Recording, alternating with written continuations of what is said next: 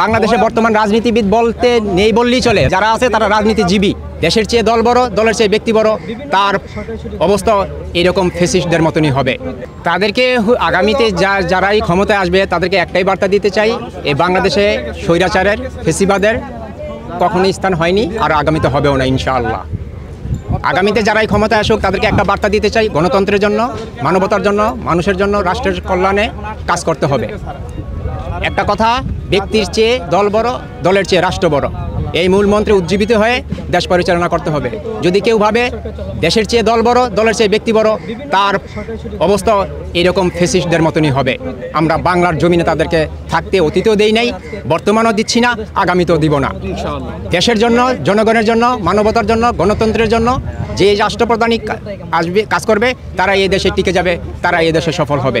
এছাড়া স্বৈরাচারী করে, ফ্যাসিস্ট করে, অত্যাচার, জুলুম, নির্যাতন করে, গুম খুন করে, দুর্বার দুর্বৃত্ত লুটতরা করে এদেশে রাজনীতি করা যাবে না, টিকে থাকা যাবে না। তাই আগামী রাজনৈতিক দলের কাছে আমার একটাই আহ্বান থাকবে, আপনারা দল পরিচালনার চেয়ে দেশের দিকে নজর দিন, গণতন্ত্রের উন্নয়নের দিকে নজর দিন, মানুষের মুক্তির, মৌলিক অধিকারের মুক্তির জন্য আপনারা কাজ করুন।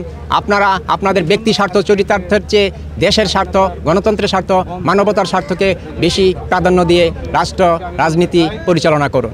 কিন্তু অত্যন্ত দুঃখের বিষয়, বাংলাদেশে বর্তমান রাজনীতিবিদ বলতে নেই বললেই চলে। রাজনীতিবিদ বললে নেই বললেই চলে। যারা আছে তারা রাজনীতিজীবী, তারা রাজনীতিজীবী, রাজনীতিবিদ নয়। রাজনীতিবিদ হলে তারা যারা গণতন্ত্রের জন্য, দেশের জন্য, মানবতার জন্য, মানবাধিকারের জন্য নিজের যান, জীবন, সহায় সম্পদ, জান মাল উজাড় করে দিয়ে রাজনীতি করে। আর এখনকার রাজনীতিবিদরা দেখবেন তাদের ব্যক্তি স্বার্থের জন্য, তাদের সম্পদ গড়ার জন্য তারা রাজনীতি করে।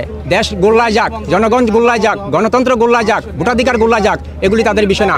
তাদের বিষয় হইল ক্ষমতাকে আঁকড়ে ধরে থাকা, আর এই ক্ষমতা নিয়ে তাদের ধন সম্পদের পাহাড় গড়া। জি, গত এই বছরে এই দিনে সরকার, ফ্যাসিস্ট সরকার শেখ হাসিনা পতন হয়েছে। এই আনন্দে আমরা অনেক খুশি।